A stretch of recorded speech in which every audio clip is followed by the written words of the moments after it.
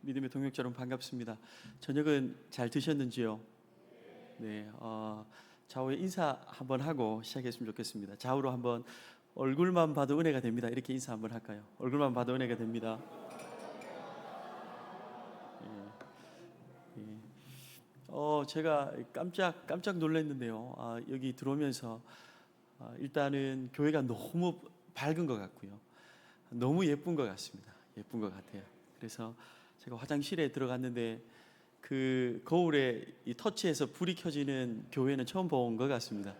너무너무 교회가 예쁘고 밝아서 너무 좋고, 목사님과 짧게 대화를 나눴지만 감촌로 교회가 다니는 성도들은 참 행복하겠다라고 생각한 이유는 목사님이 하나님을 너무 사랑하시는 것 같고요. 제가 짧은 순간인데 울컥울컥 하는 거예요.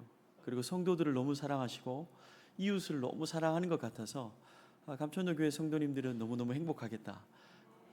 진짜 그런 생각이 들었습니다. 그런데 여기서 찬양하는 모습을 봤는데 여러분 찬양팀 찬양하는 얼굴을 보셨습니까? 뭐 이렇게 밝게 찬양하는 찬양팀이 어디 있을까요? 정말 제 마음에 진심 우러난 그 고백입니다. 그래서 감천로 교회에 다니는 성도님들은 참 행복하시겠다. 그런 마음이 들었습니다. 동역자 여러분, 성도는 우연이 없죠. 우연이 없습니다. 하나님의 역사 속에 우리의 인생과 삶이 경영되어지고 있는데요. 오늘 이 밤 가운데 우리를 불러주셨다면 분명히 하나님의 뜻이 있는 줄 믿습니다. 그래서 우리에게 3일 동안 우리에게 주시는 하나님의 그 말씀을 기대하면서 이 자리를 잘 지켜나가시는 여러분 될 수 있기를 주님의 이름으로 축복합니다. 오늘 첫째 날은요, 셋째 날까지 좀 다루겠지만 첫째 날은 위기에 대해서 좀 다루고요, 둘째 날은 예수 그리스도에 대해서 조금 다루고, 셋째 날은 기도에 대해서 한번 다루어 봤으면 좋겠습니다. 그래서 위기, 예수 그리스도니까 말씀이겠죠. 위기, 그 다음에 예수 그리스도, 그리고 기도에 대해서 한번 다뤄봅시다. 첫째 날은요, 위기가 없으면 진짜 위기입니다. 위기가 없으면 진짜 위기입니다라는 제목으로 한번 말씀을 나누고자 합니다. 동역자 여러분, 1965년에 프랑스에서 실제로 그 아파트 거래가 이루어졌습니다. 실제 일어난 일인데요. 이 월세를 사는 사람이 그때 당시에 매월 이 500달러, 그러니까 지금으로 따지자면 한 63만 원 정도 월세를 내면서 이렇게 계약을 했어요. 63만 원이면 65년 당시에 너무 비싸잖아요. 그런데 계약 조건이 참 독특했습니다. 이 65만 원씩을 매달 내다가 주인이 죽으면 그 기간에 상관없이 자기의 아파트가 되는 거였습니다. 자신의 아파트가 되는 거죠. 그런데 월세를 내는 사람의 나이는 47살이었고요. 월세를 받는 할머니는 90세였습니다. 47된 중년의 남성이 63만 원을 쉽게 내어놓을 리는 없죠. 그러나 월세를 받는 할머니가 90세다 보니까 싼 값에 이제 아파트를 구매할 수 있겠거니 하면서 월세를 기쁨으로 내기 시작했습니다. 30년이 지났습니다. 30년이 지났어요. 월세를 내는 사람은 이 77세로 죽음을 맞이했고, 할머니는 120세로 살아 계셨습니다. 그리고 할머니는 120세가 되었는데 실제로 2년을 더 사시다가 돌아가셨어요. 그러니까 47세 된 이 중년의 남성의 자녀들이 77세가 되어도 주인은 죽지 않자 2년 동안 자녀들이 그 월세를 내다가 아파트를 이제 다시 받게 되었습니다. 엄청난 금액으로 아파트를 샀죠. 동역자 여러분, 수학 공식은 이 공식대로 풀립니다. 반드시 공식대로 수학은 풀리게 되어 있습니다. 그러나 우리의 인생은 공식대로 풀리지 않습니다. 인생이 우리의 계획만큼, 우리의 노력만큼 절대로 풀려지지 않습니다. 여러분, 여기에 계획한 대로 인생이 진행되었습니까? 노력한 만큼 인생이 진행되었습니까? 그렇지 않습니다. 절대로 그렇지 않습니다. 우리가 노력한 만큼, 원하는 만큼, 힘을 쓴 만큼, 에너지를 쏟은 만큼, 열정을 다한 만큼 시간표가 흘러가지 않으면 그때부터 우리는 위기의식을 느낍니다. 이 정도 모아놓고 또한 이 정도까지 올라가면 그 다음 단계로 넘어가야 되는데 그 계획이 계획대로 되지 않는 거예요. 내가 힘을 이만큼 줬는데 밀려가지 않는 것입니다. 그러면 그때 인간은 위기의식을 누구나 다 느끼게 됩니다. 동역자 여러분, 어느 누구도 위기를 환영하는 사람은 없습니다. 모두 다 평안하고 안락한 삶을 원하지 위기는 아무도 원하지 않습니다. 그런데 참 아이러니한 게 있죠. 우리가 위기를 원하지 않는다고 해도 위기는 끊임없이 우리의 인생 가운데 찾아 들어오는 거죠. 우리는 단 한 번도 위기에게 우리의 삶을 내어준 적이 없습니다. 아무리 위기가 우리 인생을 놓고 해도 우리는 단 한 번도 위기로부터 문을 열어준 적이 없습니다. 계속해서 무단 침입을 하는 거죠. 끊임없이 무단 침입해 들어오고 있습니다. 동역자 여러분, 위기는 여기에 있는 모든 사람들 동역자들의 인생 가운데 열애가 없다는 사실입니다. 한 번씩 옆에 있는 동역자를 보면 저렇게 살면 참 좋겠다, 저런 인생이면 예수님 믿을 만해. 그러나 여러분, 그 인생을 파고 들어가 보십시오. 기도 제목이 없는 인생이 어디 있겠습니까? 모든 사람에게 있어서 위기가 있다는 것입니다. 동역자 여러분, 저는 시골 사람 같습니까? 서울 사람 같습니까? 시골 사람 같습니까? 여러분 정확하게 보셨습니다.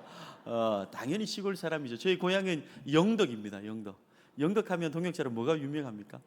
대게가 유명하죠. 그래서 제가 주기도문 할 때 대게 주의 나라와 권세야 하면 우리 고향이 자꾸 생각나고 고향을 위해서 기도하기도 하고 그러는데, 영덕이 고향이었어요. 그런데 대구로 이렇게 이사를 오고 대구에서 공부를 하고 사역도 그곳에서 시작했습니다. 한 12, 13년 전쯤에 이제 수영로 공동체에 부르심이 있어서 부산으로 이렇게 올라왔습니다. 대구에 제가 처음으로 이제 교회를 갔는데요. 동막교회라는 곳이 제 모교회입니다. 모교회. 지금 장모님부터 시작해서 형님네, 처형네 다 아직도 다니고 있습니다. 작은 교회입니다. 근데 그곳에서 처음 가서 중등부 때 가서 믿음 생활을 시작했습니다. 여러분, 제가 이래봬도 중고등부 회장 출신입니다. 그래서 중고등부 수련회가 되어서 경주에 이렇게 갔어요. 수련회를 하러 갔는데, 고등부 회장이 되어서 중고등부 연합 수련회로 그 보문단지 근처에서 자전거를 타고 이렇게 다 보냈습니다. 1명 보내고 2명 보내고 하는데, 1살 많은 그 부회장 누나가 자전거를 못 타는 거예요. 제가 너무 부하가 막 올라오는 거예요. 날씨는 더워 죽겠지, 사람들 다 보내는 것도 힘든데 자기는 자전거를 못 탄다는 거예요. 나도 빨리 자전거를 타고 이 바람을 맞으면서 달려야 되는데 뭐 어떡하겠어요? 2인용 자전거를 바꿨습니다. 그래서 부회장 누나를 태우고 막 밟고 가는데 밟으니까 제 허리를 딱 잡는 겁니다. 그래서 신체 접촉은 곧 결혼이다, 그렇게 생각하고 제가 결혼을 했습니다. 그 누나하고 결혼해서, 여러분 청년들 여기 있는데 여러분 절대 신체 접촉에 대해서는 담임 목사님과 상의를 하셔야 됩니다. 그래서 제가 고등부 때 이제 만나서 선교단체를 다 끝나고 군대 갔다 와서 연애를 시작하고 결혼을 했습니다. 그래서 하나님께서 첫째는 결혼하고 7년 만에 아이를 주셨는데요. 지금은 이제 첫째는 중학생인데, 첫째는 하나님께서 아들을 주셨어요. 딸을 두고 기도했는데 아들을 주셨습니다. 할머니 혼자 기뻐하셨습니다. 둘째는 하나님께서 아들을 주셨어요. 하나님 셋째는 그래도 아들을 주셨습니다. 그래서 저희 집에는요 정말 분홍색은 고무장갑밖에 없습니다. 지금 삼형제하고 굉장히 재미있게 지내고 있는데요. 어릴 적에 생각하면 저희 수영로 공동체 앞에 센터 마동병원이 있습니다. 삼형제를 데리고 늘 예방접종을 하러 갔어요. 가는데 예방접종을 3명을 하러 다 갔는데, 센터 마동병원에 예방접종을 하는 날이 딱 되면 긴장감이 그 병원 안에 돌아요. 왜냐하면 전부 다 꼬맹이들이 수십 명이 그 안에 들어가 있습니다. 수십 명이 들어가 있거든요. 그래서 3명을 데리고 이제 갔는데 아이들이 분위기가 심상치 않은 거예요. 근데 갑자기 주사실에서, 센터 마동병원에서 있었던 일인데요, 주사실에서 한 4, 5살 되는 아이가 뛰쳐나왔습니다. 울며 불며 주사실에서 탈출을 한 거죠. 그 친구만 탈출했습니까? 이내 곧 발뚝 굵은 간호사 언니도 같이 따라 나왔습니다. 그래서 아이들이 너무 깜짝 놀란 거예요. 전부 다 깜짝 놀랐습니다. 근데 아이가 4, 5살 되는 아이가 이 도망가봤자 뭐 어디까지 가겠어요? 코너로 몰려가는데 그 팔뚝 굵은 이 간호사 언니가 코너로 딱 몰아가지고 그 아이를 딱 대치하고 있었습니다. 그 광경을요, 저희 부부도 보고 병원에 있는 모든 부모님들과 아이들이 다 봤습니다. 그 간호사분이 아이를 딱 잡아가지고 덜쳐매고 들어가는데 4-5살짜리 아이가 이 외치는 이 소리 때문에 센터 마동병원에 있는 부모님들은 박장대소했습니다. 덜쳐 업고 가는데요, 아이가 혀 짧은 소리로 외치는 거예요. 거기 누구 없어요? 사람 살려주세요. 거기 누구 없어요? 사람 살려주세요. 여러분, 왜 사람이 없습니까? 한 50명은 여기 앉아 있었습니다. 아이가요, 발악을 하면서 끌려갔습니다. 동역자 여러분, 어린아이도 위기가 있습니다. 꼬맹이들도 다 위기가 있어요. 대학생들도 대학생의 위기가 있고요, 중고등부 학생들, 그리고 우리 장로님, 권사님들, 목회자까지도 다 위기가 있습니다. 조금 전에 위기를 통과했다고 해서 위기는요, 우리를 그냥 지나쳐 가지 않습니다. 우리의 형편을 절대로 봐주지 않습니다. 어제 위기를 통과했습니까? 여러분, 오늘 아침에 눈 떴는데 또 다른 위기가 올 수도 있습니다. 그만큼 위기는요, 만만치 않습니다. 위기 전문가에게도 위기는 오고요, 위기에 대해서 설교하는 목회자에게도 위기는요, 쓰나미처럼 밀려옵니다. 동역자 여러분, 위기는 우리를 힘겹게 만드는 것이지만 위기는 인류의 역사라고 해도 과언이 아닙니다.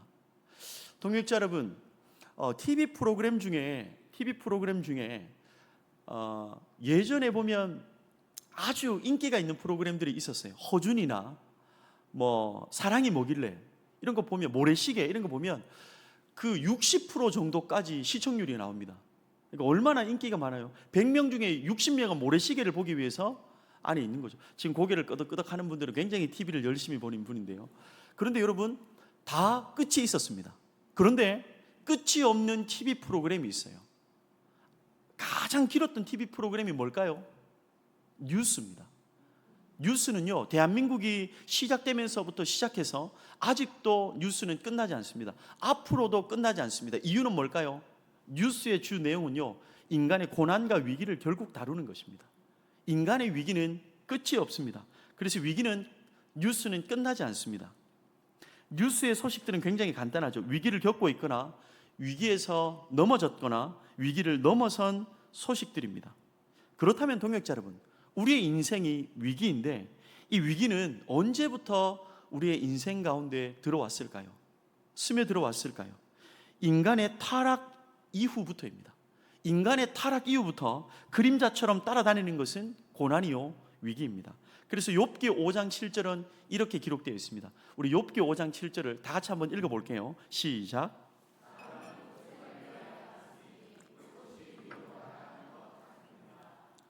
인간의 일생은 타락 이후에 고난과 고생의 길입니다. 그래서 인간의 일생은 타락 이후에 위기의 연속입니다. 크고 작은 인생의 위기는 우리의 삶의 필수품이라고 할 수 있습니다. 동역자 여러분, 경제 칼럼니스트 박필규 씨라는 아주 유명한 칼럼니스트가 있는데요, 그가 인생과 위기에 대한 글을 기록한 게 있습니다.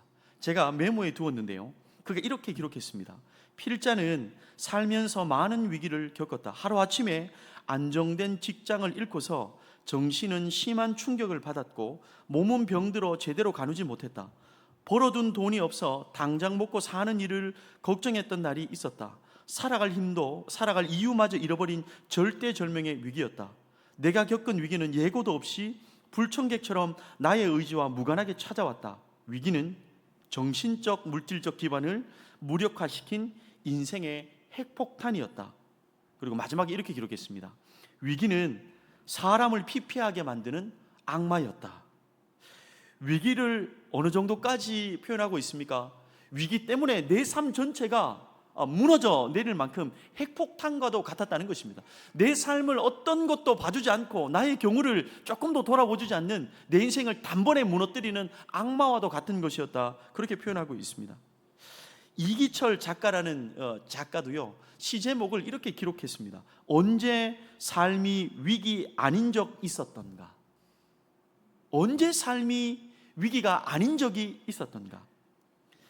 그만큼 우리의 인생은 위기의 연속이라는 것입니다. 동역자 여러분, 주님께서도 우리에게 교회를 다닌다고 해서 위기를 없애준다고 말씀해 주지 않았습니다.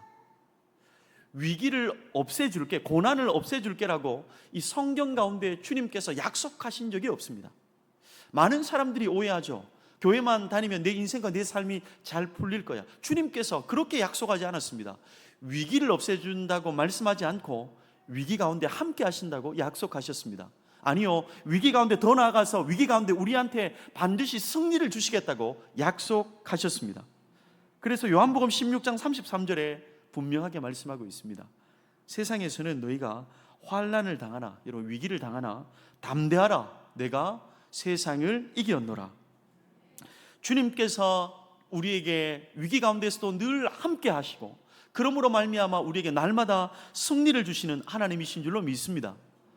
그런데 여러분 생각해 보세요. 우리의 인생이 위기 잔처입니다. 위기를 넘었다고 해서 위기는 끝나지 않습니다. 또 다른 위기의 쓰나미가 올 것입니다. 그런데 여러분, 위기의 순간 가운데 주님이 함께 하시고 우리에게 승리를 주신다라고 했을 때 여러분이 아멘이라고 하셨습니다. 그런데 왜 우리는 위기가 오면 이렇게 힘이 들까요? 통역자 여러분, 왜 이렇게 힘이 들까요?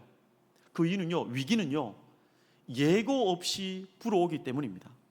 위기는 시계가 없습니다. 위기는 우리의 시간표 밖에, 우리의 계획 밖에 존재하고 있습니다. 단 한 번도 우리들은 위기와 약속을 한 적이 없어요. 어디, 언제, 어디서 만나자고 약속을 한 적이 없는데 위기는요 시도 때도 없이 우리에게 찾아옵니다. 통장에 잔고가 요 정도까지 모이고 난 다음에 위기가 오면 좋으련만 위기는 우리의 상황과 형편을 고려해 주지 않습니다. 언제나 많은 이 위기에 또 다른 시간이 지나가면 또 다른 위기, 또 지나가면 또 다른 위기가 계속해서 오는 거죠. 그래서 위기는 우리가 만난 상대 중에요 가장 배려가 없습니다. 경우가 없습니다. 배려가 없고 위기가 밉고 싫다고 해서 우리의 인생 밖으로 우리는 절대로 위기를 밀어낼 수 없는 존재입니다. 우리의 그래서 삶에 거하고 있는 이 인생의 위기, 반드시 계속해서 겪어 나가야만 하는 이 위기를 어떻게 대할 것인가가 성도의 삶을 결정할 것입니다. 위기를 어떻게 맞이할 것인가가 우리 인생 가운데 너무너무 중요한 일이죠. 여러분은 위기가 어떻게 찾아왔습니까? 지금 여기에 어떤 위기로 말미암아 여기에 앉아 있습니까? 어쩌면 3일 동안 이곳에 찾아오는 성도들은요 풀려지지 않는 위기 가운데 그 위기를 해결하기 위해서 여기에 온 동역자들일 것입니다. 여기에 오지 않는 동역자들은 누구일까요? 살만한 분들은 오지 않습니다. 내 힘으로 되는 분들은 여러분 이곳에 오지 않습니다. 어쩌면 위기 가운데 봉착해 있는 동역자들이 여기에 앉아 있는 거죠. 여러분은 그 위기를 어떻게 헤쳐나가고 있습니까? 맨발의 혹시 마라토너 아베베를 여러분 알고 있습니까? 에티오피아의 마라토너인데요 1960년에 화면에 있지만 1960년에 로마 올림픽에 출전했던 에티오피아의 마라톤 선수였습니다. 그런데 그는 참 특별했어요. 별명이요 맨발의 마라토너입니다. 달리는데 신발이 없다는 거예요. 신발이 없는 이유가 있었습니다.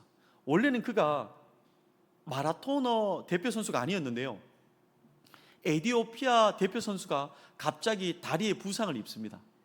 그런데 그 중에 나라에서 찾아보니 군인 중에 제일 잘 뛰는 사람이었어요. 너무 잘 뛰는 거예요.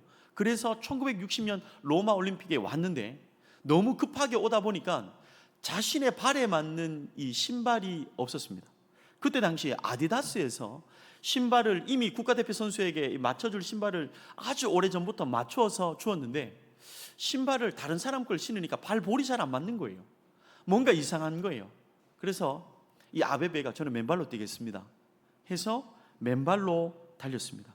로마 올림픽 1960년 로마 올림픽에 금메달을 여러분 땄겠습니까? 못 땄겠습니까?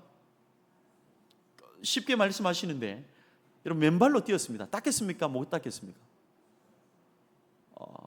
혼란스럽게 시작했는데 여러분 금메달 땄습니다. 금메달 땄어요. 맨발로 뛰었는데 금메달을 땄어요. 4년 뒤에 1964년 도쿄올림픽에 아베베가 똑같이 나왔습니다. 이번에는 그가 신발을 신고 뛰었습니다. 여러분 보세요. 1960년 신발 안 신고 뛰어서 금메달 땄어요. 1964년도에 도쿄올림픽에서 신발 신고 뛰었습니다. 금메달 땄겠습니까? 못 땄겠습니까? 여러분 땄습니다. 신발 신고 뛰었는데 뭐 맨발로 뛰었을 때도 땄고 신고 뛰어서 더 잘 뛰어가지고 시간이 3분을 단축시켰습니다. 2시간 12분으로 금메달을 땄어요.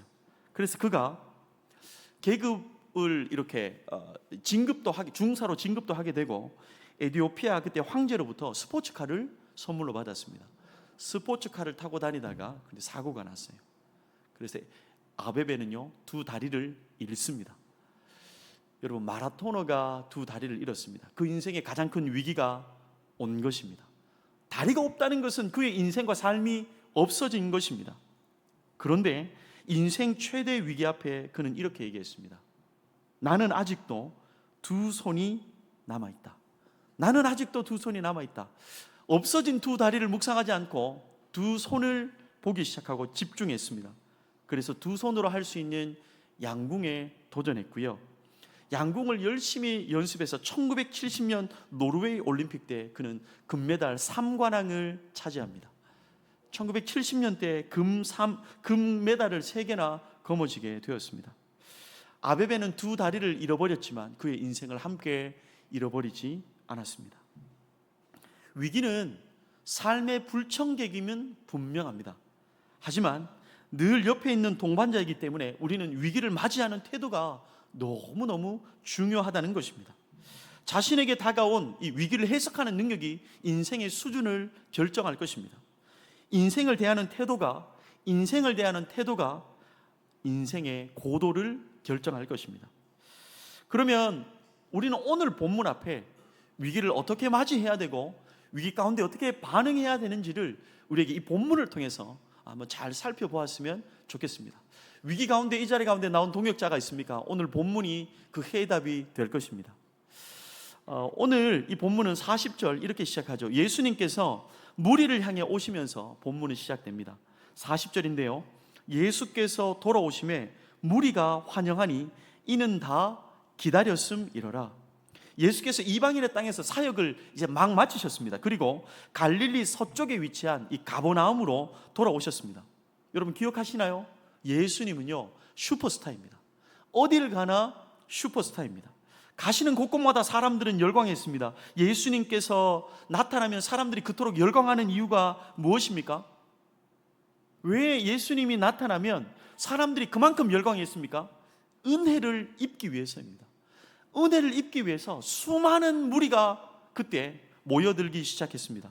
그런데 동역자 여러분, 많은 무리들이 예수님께 모였지만 은혜를 고대했지만 누가복음 8장에 은혜를 입은 사람은 2사람뿐입니다.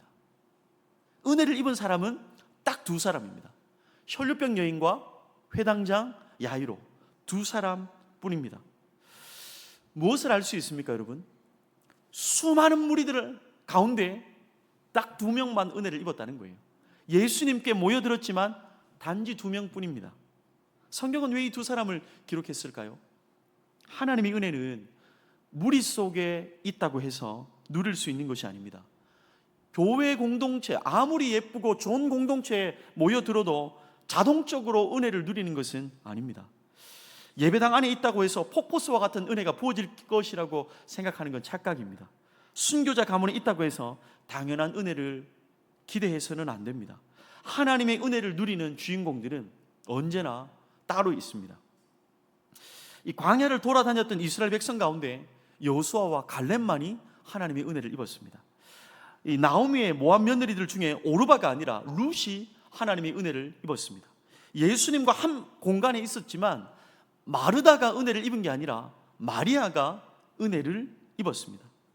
그러면 여러분 오늘 또 동일합니다. 이곳에 참 많은 동역자들이 앉아있지만 은혜의 무리 속에 있다고 해서 은혜를 입는 것은 아닙니다. 혈류병 여인과 회당장 야이로처럼 은혜를 입은 사람에게 우리는 한 발짝만 더 다가가 봤으면 좋겠습니다. 은혜를 누린 혈류병 여인과 회당장 야이로에게만 반복되는 단어가 있어요. 이 2사람에게만, 은혜를 입은 사람에게만 반복되는 단어가 있는데요. 여러분 41절에 한번 볼까요? 41절에 먼저 이 회당장 야이로는 41절입니다. 우리 41절을 한 목소리로 한번 읽어봤으면 좋겠습니다. 읽어볼게요. 시작.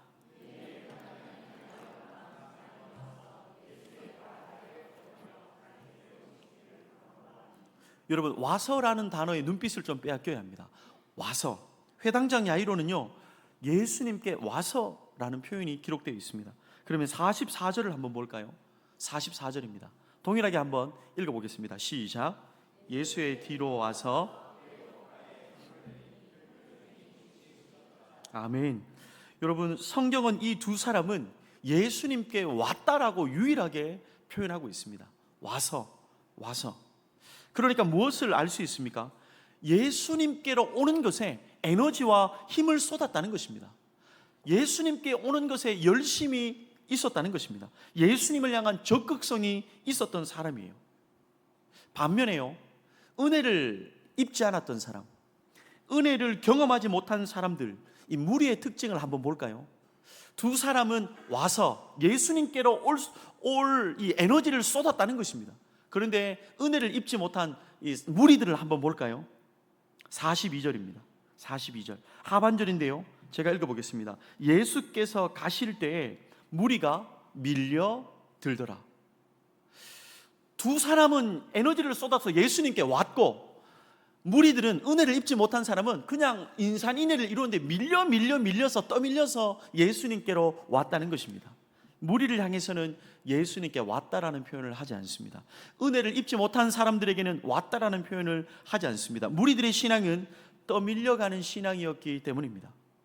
45절을 한 번 더 볼까요? 45절인데요, 한번 읽어봅시다. 시작. 예수께서 이르시되 내게 손을 댄 자가 누구냐 하시니 다 아니라 할 때 베드로가 이르되 주여, 무리는 분명한 목적과 분명한 의지로, 강력한 의지로 예수님께 나온 자들이 아니었습니다. 예수님 구경하러 왔다가, 혹시나 하는 마음에 예수님 한번 볼까라는 마음에 왔다가 너무 많은 사람들로 말미암아 떠밀려서 예수님께까지 온 것입니다. 그러나 하나님의 은혜를 경험한 회당장 야이로와 혈류병 여인의 목적지는 분명했습니다. 동역자 여러분, 은혜를 입는 사람의 믿음은 구분됩니다. 떠밀려가는 믿음이 아니라 거슬러가는 믿음이었습니다. 여러분, 떠밀려가는 믿음이 아니라 거슬러가는 믿음입니다. 내 목적이 분명한 예수 그리스도가 되어야 합니다. 내가 종착 지점이 예수 그리스도가 되어야 합니다. 나의 목적지가 예수 그리스도가 될 때 거슬러 올라가서 주님과의 만남을 통하여서 하나님의 은혜가 시작되는 것입니다. 동역자 여러분, 속으면 안 돼요. 교회에 오는 것보다 더 중요한 것은 교회의 머리 대신 예수 그리스도께로 와야 합니다. 예배당에 오는 것을 넘어서 예배의 유일한 대상이신 예수 그리스도께로 와야 합니다. 그때만이 하나님의 은혜가 시작되는 줄로 믿습니다. 여러분, 빙하가 아무리 커도 거대한 산맥에서 떨어지면요, 작은 물결에도 그 빙하는요 떠밀려서 내려갑니다. 힘이 센 고래라 할지라도 죽으면 잔잔한 물결에도 두둥실 흘러갈 수밖에 없습니다. 죽은 것은 흘러갑니다. 죽은 것은 떠밀려가게 되어 있습니다. 그러나 아무리 작더라도 살아있는 송사리는 물살을 거슬러서 올라갑니다. 살아있는 송사리는 물살을 헤치며 거슬러 올라갈 수밖에 없습니다. 동역자 여러분, 믿음도 마찬가지입니다. 살아있는 믿음이 필요합니다. 믿음이 살아있는 성도는 세상의 물결에 떠밀려 내려가지 않습니다. 세상의 유행에 휩쓸려 내려가지 않다는 것입니다. 위대한 성도는 세상 가운데 있더라도 하나님 나라 운동을 일으키며 주님을 향해서 가는 자들입니다. 주님을 향해 거슬러 가는 자, 주님을 향해서 거슬러 오는 자, 그 한 사람을 주님께서 결코 외면치 않는다는 사실을 여러분 기억하셨으면 좋겠습니다. 그래서 우리는, 성도는 언제나 군중 속에 있는 것이 아니라 예수님께 있어야 합니다. 군중 속에 있는 게 아니라 여러분 예수 그리스도께 있어야 합니다. 군중과 함께 있는 게 아니라 예수님과 함께 있어야 합니다. 믿음의 동역자 여러분, 무리 속에 이 좁은 감촌로 교회에 너무 좋은 공간에 있다고 해서 이것으로 만족해서는 안 돼요. 점검해 보셔야 합니다. 나는 예수 그리스도께 거하고 있는가? 나는 예수 그리스도께 거하고 있는가? 끊임없이 그것을 점검해 보셔야 합니다. 그래서 우리는 역대하 16장 9절을 꼭 기억할 필요가 있습니다. 제가 이 본문을 너무너무 좋아합니다. 역대하 16장 9절을 너무너무 좋아합니다. 우리 힘찬 목소리로 한번 읽었으면 좋겠습니다. 읽어볼게요. 여호와의 눈은 온 땅을 두루 감찰하사 전심으로 자기에게 향하는 자를 위하여 능력을 베푸시나니. 할렐루야. 여러분, 반심도 아닙니다. 전심입니다. 인생의 목적지가 예수 그리스도가 되는 사람, 전심으로 우리 구주 예수님을 향한 사람 그냥 두시지 않고 능력을 베푸신다고 우리에게 분명히 약속하셨습니다. 성도의 실력은 그리스도께로 향하는 것입니다. 성도의 능력은요, 통장의 잔고나 나의 직분과 나의 건강이 아니라 성도의 능력과 실력은 그리스도께 거하는 것입니다. 그래서 신앙의 목적지는 동역자 여러분 분명해야 합니다. 신앙의 목적지는 분명해야 합니다. 신앙생활의 동역자 여러분 이유가 무엇입니까? 대부분의 사람들은 보니까요, 교회 오는 이유, 신앙의 목적지를 복으로 잡습니다. 복. 아니에요, 여러분. 복이 아니라 복의 근원 대신 예수 그리스도가 되어야 합니다. 복이 아니라 여러분, 복의 근원이신 예수 그리스도가 되어야 하는 거예요. 저는 그런 생각해요. 임산부가 절대로 뽑지 말아야 될 게 있는데요. 저는 땅콩이라고 생각해요. 땅콩. 동역자 여러분, 땅콩 한번 뽑아 보셨습니까? 저는 시골에서 경운기도 몰아보고요, 잘 몰고요, 이렇게 못줄도 많이 잡았고 농사도 제법 지었었는데요. 땅콩을 딱 뽑았는데요. 땅콩을 뽑았는데 한 줄기 뽑는다고 해서 땅콩 알이 하나가 나옵니까?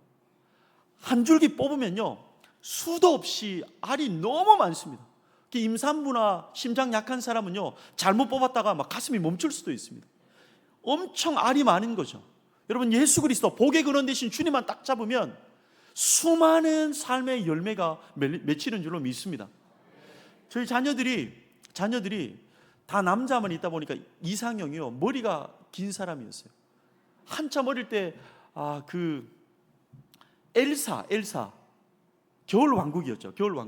겨울왕국의 엘사 누나가 머리가 굉장히 길었는데요, 아이들이 엘사 누나 컵을 모으는 것에 빠져 있을 때가 있었어요.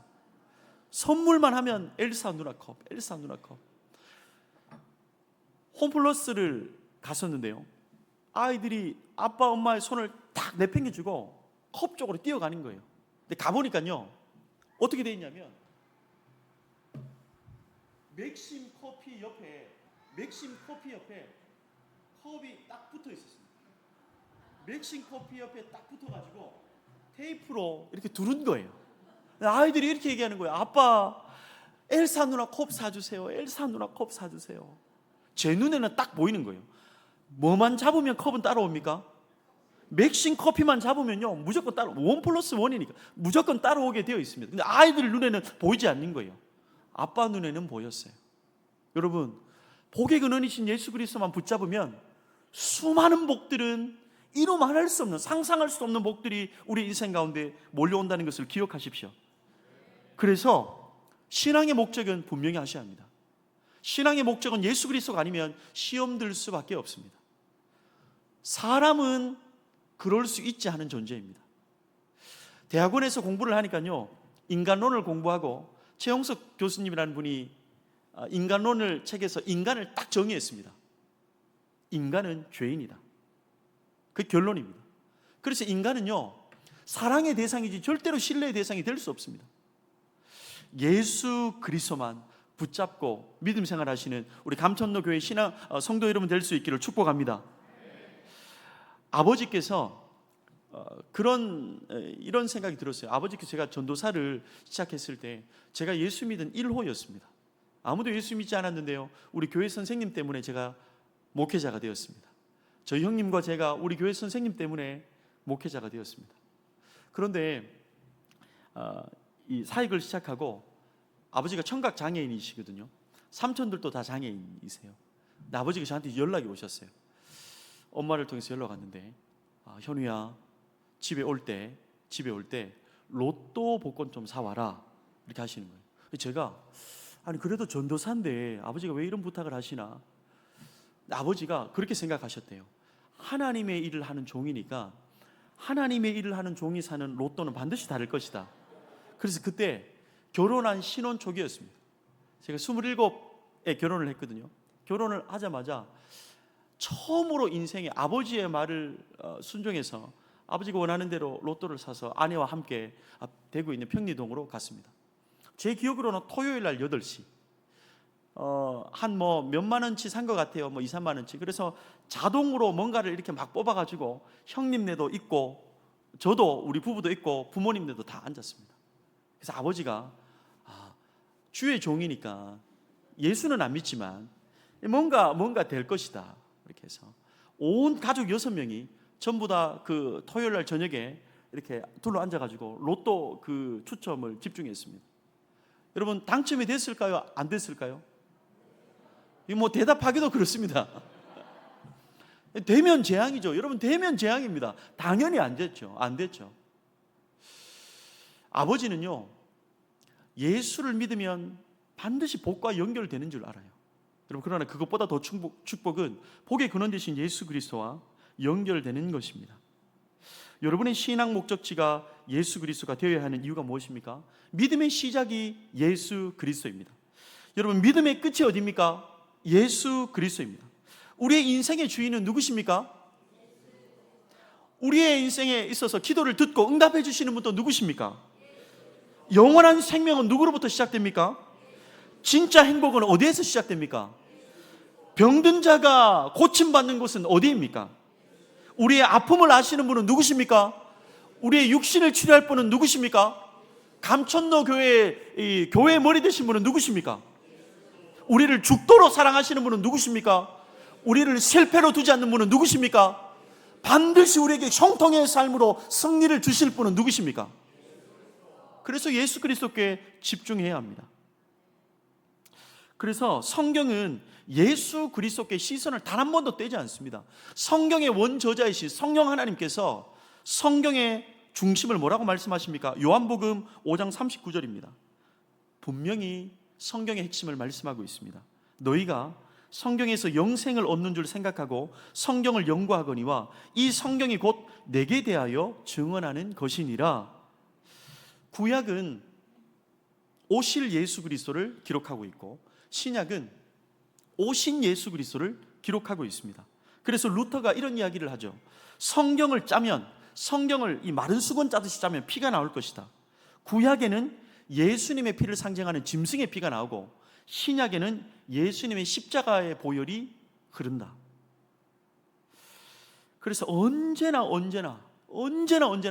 그리스도께 시선을 떼지 말아야 하는 것입니다.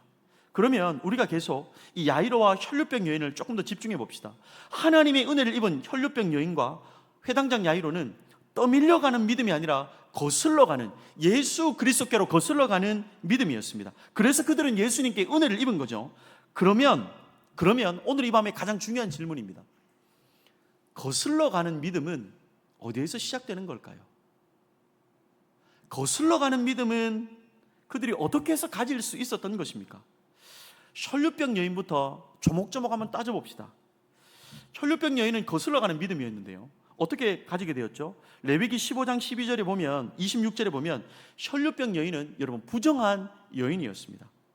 그가 눕는 침상은 그에게 불결한 때에 침상과 같고 그가 앉는 모든 자리도 부정함이 불결한 때에 부정함 같으니라. 사람들은 혈류병 여인을 불쌍한 여인이라고 표현하지 않았습니다. 그때 당시에 부정한 여인, 여러분 조금 거센 단어더라도 용서하고 들으세요. 재수가 없는 여인이었습니다. 어느 정도로 부정하냐면 혈류병 여인이 여기에서 이야기를 하는데 마이크에 침이 튀면 이것이 부정해집니다. 그런데 누가 이 마이크에 손을 댔습니까? 그 사람도 부정해집니다.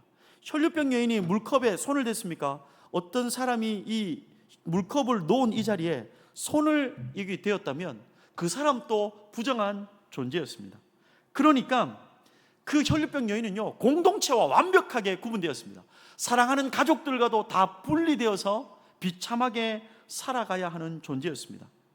혈류병 여인은 이러한 위기를 벗어나기 위해서 씨름하고 씨름했지만 더 중해졌습니다. 여러분, 마가복음 5장 26절이 병행 구절인데요, 많은 의사에게 많은 괴로움을 받았고 가진 것도 다 허비하였으되 아무 효험이 없고 도리어 더 중하였던 차에. 여러분, 단어가 보이십니까? 많은 의사. 그러니까 많은, 이 의미는요, 모든 의사를 다 찾아다녀 봤는데 소망이 없다는 거예요. 많은, 그래서 괴로움을 받았고 자신이 가진 모든 재정도 다 쏟아부었는데 그는 그의 위기의 인생 앞에 탈출할 수 없었습니다. 여러분, 혈류병 여인의 처지를 한 글자로 표현할 수 있습니다. 혈류병 여인은요, 끝난 것입니다. 여러분, 이 여인은요, 끝입니다. 끝난 거죠. 모든 희망이 다 사라져 버렸습니다. 여러분, 사람은 언제 낭망하고 좌절합니까? 마지막 남은 희망이 사라지면 좌절과 낭망은 시작됩니다. 의사들에게 모든 희망을 걸었습니다. 여러분, 끝나버렸습니다. 자신에 있는 모든 물질을 다 쏟았어요. 여기에다 희망을 걸었습니다. 여러분, 끝나버렸습니다. 진짜 끝났습니다. 인생의 위기가 혈류병 여인에게 찾아온 것이죠. 그러면 기억합시다. 혈류병 여인은요, 끝난 것입니다. 끝났습니다. 회당장 야이로에게 시선을 한번 돌려볼까요? 당시 이 회당은 3명의 회당장이 있었습니다. 3명의 회당장이 있었는데요, 한 회당에 3명의 회당장이 있었습니다. 그들은 아주 권력들이 막강했어요. 설교자를 세우고요, 이 재판을 회당장들이 판결했습니다. 그리고 교회의 모든 질서, 회당의 모든 질서를 그들이 잡아갔던 것입니다. 사회적으로도 매우 영향력이 있는 직책이었습니다. 존경받는 존재였습니다. 그런데 이러한 회당장 야이로가 예수님의 발 앞에 엎드렸다고 기록하고 있었습니다. 동역자 여러분, 회당장은 유대인들에게 머리를 조아리는 것도 비참한 인생인데 무릎을 꿇었습니다. 유대인들 앞에서 예수님에게 무릎을 꿇었습니다. 이유가 뭡니까? 마태복음 9장 18절인데요, 병행 구절을 한번 읽어봅시다. 시작. 예수께서 이 말씀을 하실 때에 한 관리가 와서 절하며 이르되 내 딸이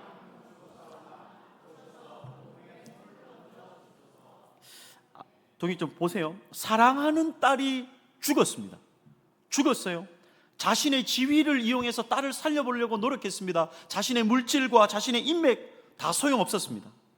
인생의 위기가 그제서야 실감하게 되었고 밀려 닥쳐오게 되었습니다. 회당장 야이로의 처지가 무엇입니까? 한 글자로 쪼려낼 수 있습니다. 여러분, 끝입니다. 회당장 야이로도 끝났습니다. 두 사람은 이 위기의 지점에 있습니다. 한계 지점에 있습니다. 여러분, 그 한계 지점과 그 위기 지점을 통해서 어떤 일이 벌어졌습니까? 내 인생 끝난 위기 앞에 어떤 일이 벌어졌습니까? 한계 지점을 통해서 주님께로 나오게 되었습니다. 한계 지점, 내 인생 끝났구나, 내 삶이 진짜 위기구나, 그것이 내 삶 가운데 다가왔을 그때 수많은 인파에 상관없이 주님 안 만나면 안 되니까, 주님 없으면 안 되니까 거슬러서 주님께로 나오게 되었던 것입니다. 그들은 길을 잃어버렸습니다. 그래서 어떻게 했습니까? 길을 잃어버렸기 때문에 진짜 길이신 예수 그리스도께로 왔습니다. 요한복음 14장 6절에 예수께서 이르시되 내가 곧 길이요 진리요 생명이니 라고 그렇게 말씀하셨습니다. 동역자 여러분, 주님은 우리에게 생명 얻는 방법을 가르쳐 주지 않습니다. 내가 생명이다 말씀하고 있습니다. 주님은 올바른 길을 가르쳐 주겠다고 말씀하지 않았습니다. 내가 길 자체다라고 말씀하셨습니다. 주님은 정답이 무엇인가 가르쳐 준다라고 우리에게 말씀하지 않았습니다. 우리 구주 예수님 자체가 진리라고 말씀하셨습니다. 그들은 위기의 길을 따라서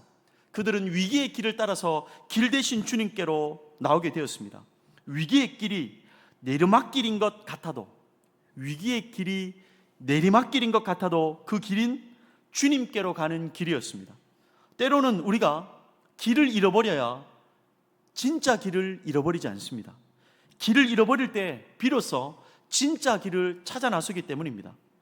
그러므로 동역자 여러분, 때로는 이 위기의 길은 주님께로 가는 지름길입니다. 위기는 하나님을 향한 고속열차입니다. 위기는 잠자던 우리의 영혼을 깨우기 시작합니다. 위기는 잃어버렸던 하나님을 다시 찾게 합니다. 귀로만 들었던 하나님을 눈으로 보게 하는 역사가 있습니다. 가짜로 믿었던 하나님을 위기 때문에 새벽 기도를 시작하고요, 철야 예배를 시작하고요, 늦은 시간까지 기도의 음성이 터져 나오는 것입니다. 이유는 위기 때문입니다. 위기는요, 죽었던 영적 세포를요 다시 다 일으키는 것입니다. 그래서 우리의 인생에 찾아오는 인생의 광풍은 버릴 것이 아닙니다. 위기는 가치 없는 것이 아닙니다. 나의 길이 막힐 때 하나님께로 가는 길이 열리는 것입니다.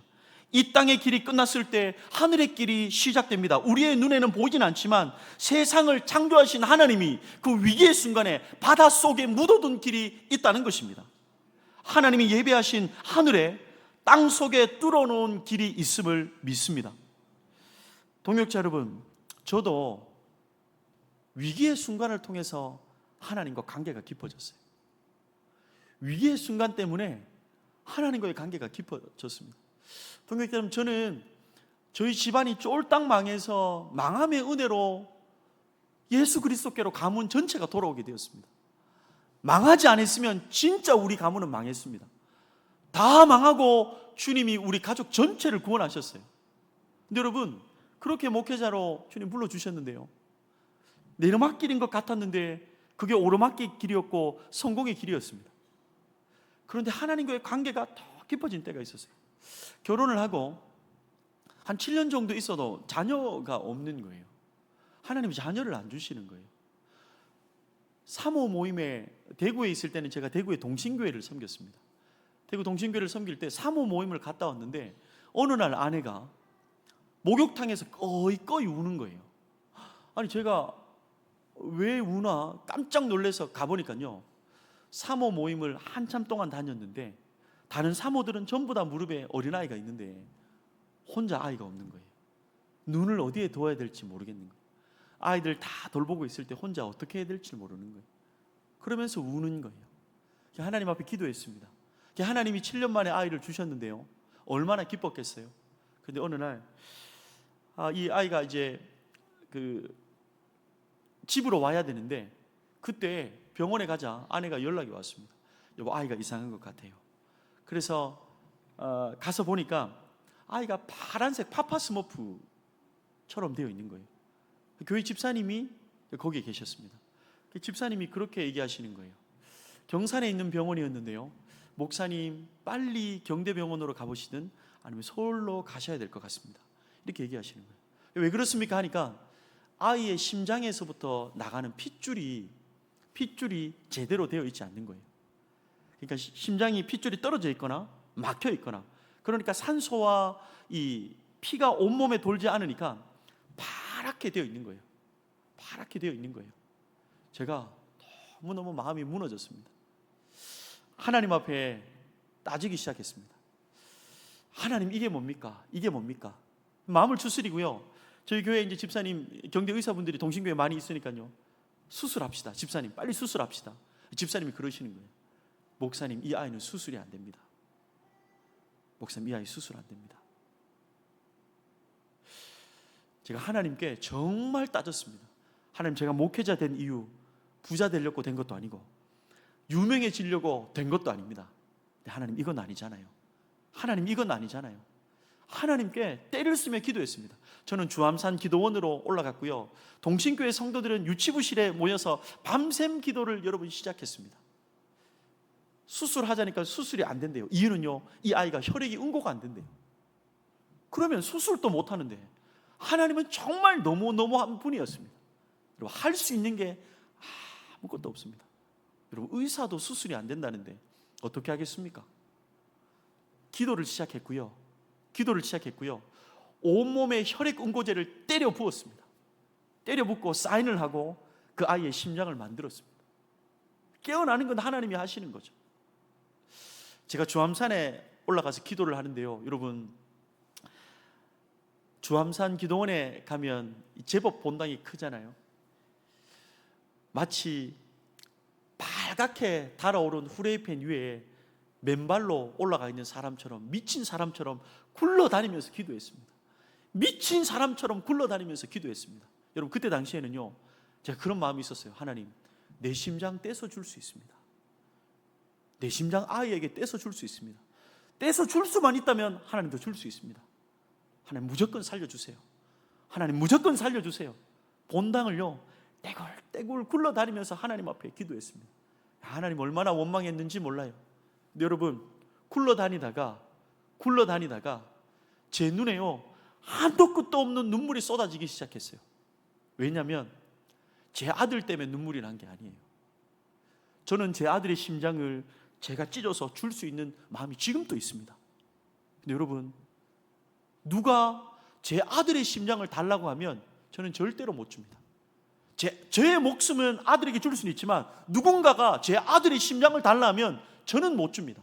그렇게 말하는 사람과 상종도 하지 않고 그 사람을 정말 미워할 겁니다. 그런데 여러분 저를 위해서 하나뿐이 없는 아들의 심장을 찢어서 저에게 이식시켜 준 분의 사랑이 느껴지기 시작했습니다. 저를 고아 만들 수 없어서 자신의 아들을 고아 만드신 분이 생각났습니다. 바로 하나님이셨습니다. 하나님은요 우리를 살리기 위해서 하나밖에 없는 아들을 죽이기 위해서 직접 시나리오를 쓰셨습니다. 가장 억울하게 몰아가서 그 아들을 죽이면서까지 우리를 살리셨습니다. 여러분 여기에 아들의 심장을 내어줄 사람이 있습니까? 자식의 목숨을 내어줄 부모가 어디 있습니까? 하나님이요, 하나님이 그 역사를 우리를 살리기 위해서 그걸 하신 거예요. 여러분 그 하나님이요, 그 하나님이 제가 느껴졌습니다. 나 같은 사람 위해서 하나밖에 없는 아들을 직접 죽이신 그 하나님의 고결한 사랑이 그것 가운데서 느껴졌습니다. 여러분 정말 정신 나간 미친 사람처럼 떼굴떼굴 구르면서 하나님의 사랑에 항복하며 그 시간을 보냈습니다. 근데 하나님이요 그 위기의 순간 가운데 아무것도 할 수 없는 상황 가운데 하나님의 깊은 사랑을 체험하게 하고 하나님이 그 아들을 살려주셨어요. 여러분 수술 자체가 안 되는 아이를요 온 성도가 함께 기도해서 하나님의 능력으로 그 아이를 살려주셨어요. 중학생이 되었지만요 여러분 아이와 함께 목욕할 때 보면 목부터 배밑까지 다 찢어 있습니다. 제가 그 아이를 보면서 늘 하나님의 사랑을 알아요. 하나님이 나를 위해서 하나밖에 없는 아들의 몸을 다 찢으셨지.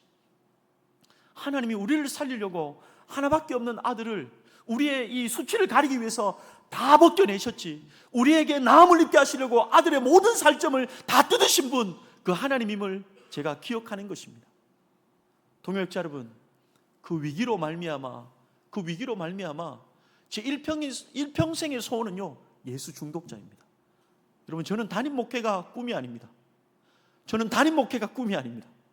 우리 구주 예수님을 더 사랑하는 것, 나 위해서 모든 것 다 내어주시고 나 위해서 올인하신 예수 그리스도, 그분을 오늘보다 내일도, 내일보다 그 다음날도, 그 다음날보다 그 다음날도, 천국 가는 날은 가장 뜨겁게 우리 구주 예수님 사랑하다가 주님 곁으로 가는 것이 저희 일평생의 소망이요 기도 제목입니다.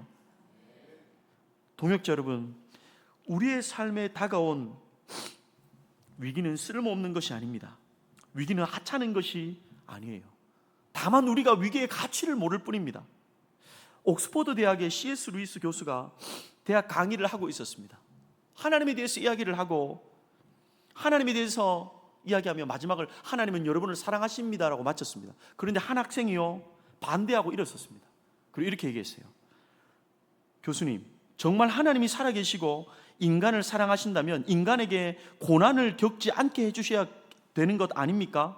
세상에는 왜 이렇게 고난과 역경이 많습니까? 이렇게 질문했습니다. 그러자 C.S. 루이스 교수님이 이렇게 대답을 했습니다. 만약 세상에 고난과 역경이 없다면 그렇지 않아도 교만한 사람들이 얼마나 더 교만해지겠나? 타락한 인간은 위기를 통해서 성도의 인생으로 빚어가는 것입니다. 위기를 통해서 하나님이 되려고 하는 것을 포기합니다. 위기를 통해서 말씀을 읽고요, 위기를 통해서 찬양할 때 주님을 예배하고요, 위기를 통해서 기도의 자리로 나오게 되는 것이고요, 위기를 통해서 납작 엎드리게 되는 것입니다. 그래서 위기는 우리를 망하게 하는 것이 아닙니다. 여러분에게 어떤 위기가 있습니까? 말 못할 위기가 있잖아요. 여러분 그것 때문에 우리의 신앙이 이만큼 자랐잖아요. 19세기에 유명한 화가가 있습니다. 존 러스킨이라는 화가인데요, 그 화가 부부가 어떤 모임에 갔는데 한 여인이 실크로 된 이 손수건을 가지고 있었는데요. 너무너무 이 실크 손수건을 보면서 애지중지했는데 거기에 잉크 자국이 딱 떨어졌습니다. 너무 비싼 실크 손수건이었는데 잉크 자국이 딱 찍어졌어요. 너무 속상했습니다. 존 러스킨이 화가였는데요. 유명한 화가가 그 부인에게 얘기했습니다. 부인, 너무 속상해하지 말라고.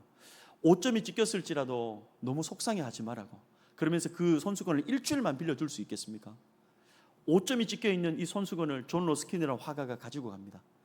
그리고 일주일 뒤에 그 여인에게 이 손수건을 주었습니다. 5점이 찍힌 이 손수건에 그림을 그려서 다음 그림을 한번 볼까요? 여기에 5점으로 시작해서 작품점으로 바꾸어서 아주 멋있는 이 장미꽃을 그곳에 그려 넣었습니다. 여러분, 5점인 줄 알았는데 잉크 자국은 작품점이었습니다. 우리도 마찬가지입니다. 때로는 위기가 내 인생에 다가와서 내 삶에 5점이 찍혔다고 생각할 수도 있지만 여러분, 그렇지 않습니다. 작품점이 찍힌 것입니다. 하나님의 역사 가운데 하나님이 우리를 붙잡고 계신다면 하나님은 우리의 인생 가운데 5점을 찍으실 리가 없습니다. 자식까지 내어준 그분께서 우리의 삶을 망하게 할 리가 있겠습니까? 그 5점을 통해서 하나님은 위대한 하나님의 사람들로 우리의 삶을 빚어 가시는 것입니다. 그저 그런 인생이 아니라 최고의 인생으로 빚어 가십니다. 이곳에 어찌 살아야 할지, 동역자 여러분, 죽지 못해 사는 영혼이 여기에 있습니까? 오늘 이 밤 가운데 하나님, 이게 뭡니까? 내 삶은 이게 뭡니까? 왜 이렇게 오점들이 많습니까? 하나님을 원망하는 동역자가 있습니까? 하나님은 그 위기를 통해서 우리를 망하게 하기 위함이 아니라 우리를 세우기 위함입니다. 우리를 죽이려는 것이 아니라 진짜 생명을 주기 위해서입니다. 우리를 버리려는 것이 아니라 우리를 다시 품에 안기 위해서 하나님의 위대한 작품의 시작이 된 것입니다. 그래서 이사야 55장 8절과 9절은 이렇게 기록하고 있습니다. 여호와의 말씀에 내 생각은 너희의 생각과 다르며 내 길은 너희의 길과 달라서 하늘이 땅보다 높음같이 내 길은 너희 길보다 높음이며 내 생각은 너희의 생각보다 높음이니라. 하나님의 생각과 하나님의 방법은 타락한 인간의 이성으로 가늠할 수 없습니다. 동역자 여러분, 하나님의 계획과 하나님의 방법을 타락한 인간이 안다면 그분은 하나님이 아닐 것입니다. 탕자를 보십시오.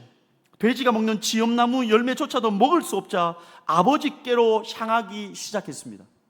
탕자를 아버지께로 돌아오게 한 힘은 위기입니다. 위기는 하나님을 향하게 하는 힘이 있습니다. 하나님께로 돌아가게 하는 힘이 있습니다. 하나님을 부르게 하는 능력이 있습니다. 우리의 시선이 하나님께로 다시 향하게 하는 힘은 타락한 우리에게 있어서는 위기라는 것을 기억하십시오. C.S. 루이스 말처럼 하나님은 기쁨을 통해서 속삭이시고 양심을 통해서 말씀하시고 위기를 통해서 외치십니다. 위기를 통해서 우리에게 소리치시죠. 위기를 통해서 우리는 가장 선명한 하나님의 음성을 듣게 됩니다. 위기로 인하여 이곳에 앉아 있다 할지라도 여러분의 삶은 그래서 실패가 아닙니다. 하나님께서 그 위기를 주관하고 계시고 동행하시고 함께하고 계시기 때문에 실패 같은 성공의 삶을 지금도 걸어가고 있다는 것을 기억하십시오. 여러분, 그래서 기대하십시오. 고대하십시오. 허리를 펴십시오. 용기를 가지십시오. 왜요?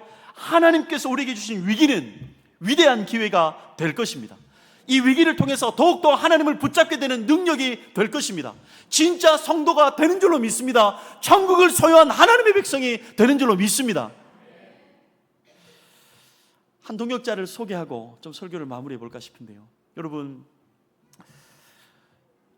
배재철이라는 성악가가 있어요. 배재철이라는 성악가. 그분의 간증을 직접 들은 적이 있습니다. 이유는 대구의 동신교회 권사님의 아들이었습니다. 그런데 이분이 꽤나 유명해요. 이분의 삶이 이 더 테너라는 영화로도 만들어졌는데요. 유지태 씨가 이분의 삶을 나타내는 주인공이었습니다. 더 테너라는 영화였죠. 왜 이렇게 이분이 유명해졌냐면요, 영국 일간지 더 타임즈에 100년에 한 번 나올까 말까 한 목소리였습니다. 한국에서 나온 거예요. 난리가 났습니다. 어릴 때 그가 교회 성가대에서 열심히 봉사했습니다. 그리고 주님을 만났어요. 성가대에서 열심히 목소리가 너무 좋아서 봉사를 하고 있다가 한양대 성악과를 그가 들어가게 되었습니다. 대한민국 콩쿠르를요 거의 다 휩쓸었습니다. 배재철이라는 사람은 어마어마한 사람이었습니다. 성가대에서 진가가 발휘되어서 하나님이 계속해서 두각을 나타내기 시작했습니다. 밀라노 국립음악원에 수석으로 들어갔고 수석으로 졸업했습니다. 그리고 독일에 있는 국립 오페라 주연으로 명성을 떨치고 있었습니다.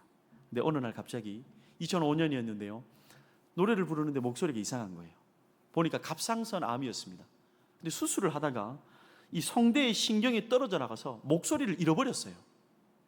갑상선 별거 아니라고 생각했는데 오페라 가수였던 그가 이 소리를 잃어버렸습니다. 전 세계 유명하게 누비다가 목소리를 잃어버리고 난 다음에 위기가 온 거죠. 그제서야 하나님이 생각났어요.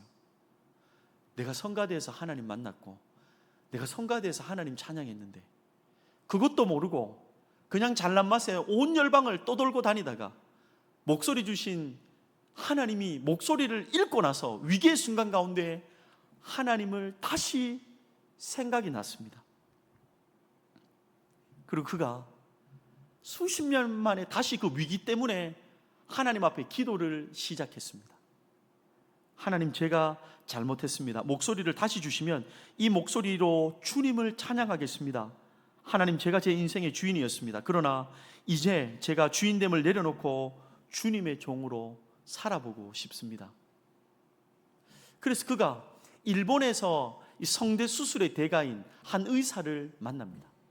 그 성대의 대가인 이 일본의 의사가 배재철 씨의 성대를 수술합니다.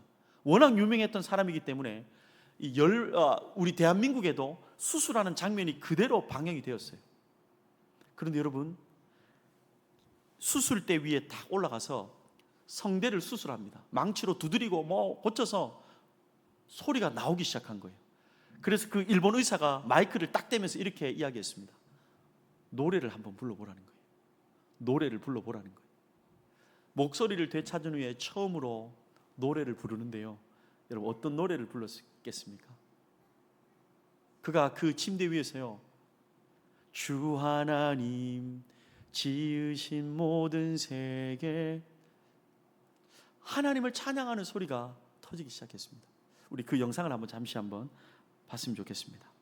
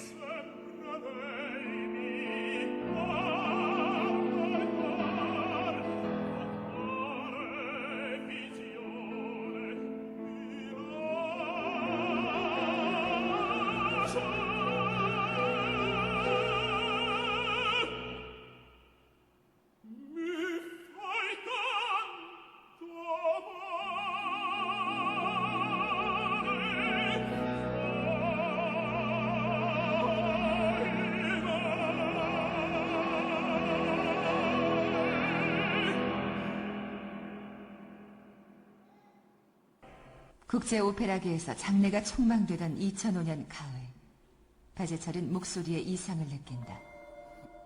병원에서는 갑상선에 혹이 있다는 진단을 내렸다. 정밀 검사 결과 암이었다.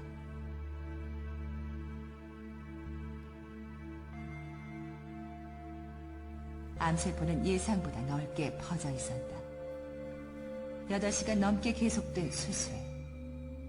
결국 암세포와 함께 성대를 움직이는 신경까지 절단하면서 목소리를 잃어버린 것이다. 이듬해 배재철은 성대 기능을 회복하는 수술을 받았다. 거예요. 아,って言ってください。 큰 소리로 아 해보세요.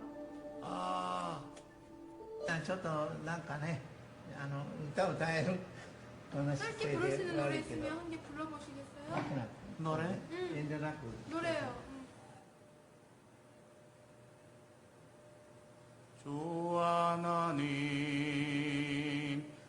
지으신 모든 세계 내 마음속에 세계적인 테너를 꿈꾸던 가수가 수술대 위에 누워 노래를 해야만 하는 상황. 하늘의 별 울려 퍼지는 뇌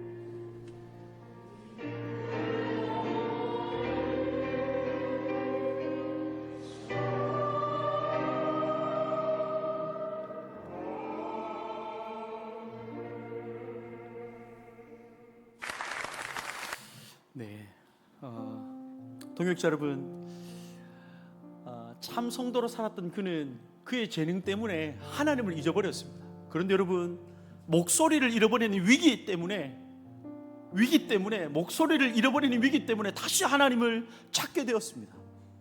여러분, 이것보다 더 위대한 인생은 어디 있습니까? 그래서 위기는요, 우리 인생 가운데 찾아오면 버려버리고 가치없는 것이 아닙니다. 하나님과의 거리를 가장 좁히는 것이 무엇입니까? 여러분, 이 늦은 밤에 여기까지 올 수 있었던 원동력이 무엇입니까? 여러분, 남모를 위기가 있어서 우리는 주님 앞에 엎드리며 눈물 뿌리며 기도 무릎으로 살았던 동역자들이 여기 있는 것입니다. 위기가 끝나면 또 다른 위기가 올 것입니다. 여러분, 그러나 본문에서 알 수 있듯이 위기는 우리를 하나님께로 인도하는 힘입니다. 우리를 하나님께로 움직이는 가장 강력한 힘은 위기인 줄로 믿습니다. 그래서 우리 인생에 위기가 찾아올 때, 여러분, 내 삶 가운데 위기가 지금 있다면 하나님이 나를 버렸다고 생각하지 마십시오. 하나님께 서운해하지 마십시오. 우리의 자녀에게 건강의 문제 앞에, 물질의 문제 앞에 있다 해도 여러분, 하나님께 섭섭해하지 마십시오. 하나님은 그 위기를 통해서 우리를 진짜 성도답게 우리의 삶을 다시 일으켜 가실 것입니다. 그래서 위기의 순간에 우리에게 필요한 것은 딱 하나, 여러분, 위기의 순간에 우리에게 필요한 것은 딱 하나, 문제를 푸는 힘이 필요한 게 아닙니다. 문제를 풀어내는 능력이 필요한 게 아니라 하나님께로 가는 힘이 필요합니다. 하나님께로 가는 힘만 있으면 여러분 됩니다. 여러분, 새벽마다 이곳을 지키십시오. 철야가 있을 때마다 여기에 엎드려 계십시오.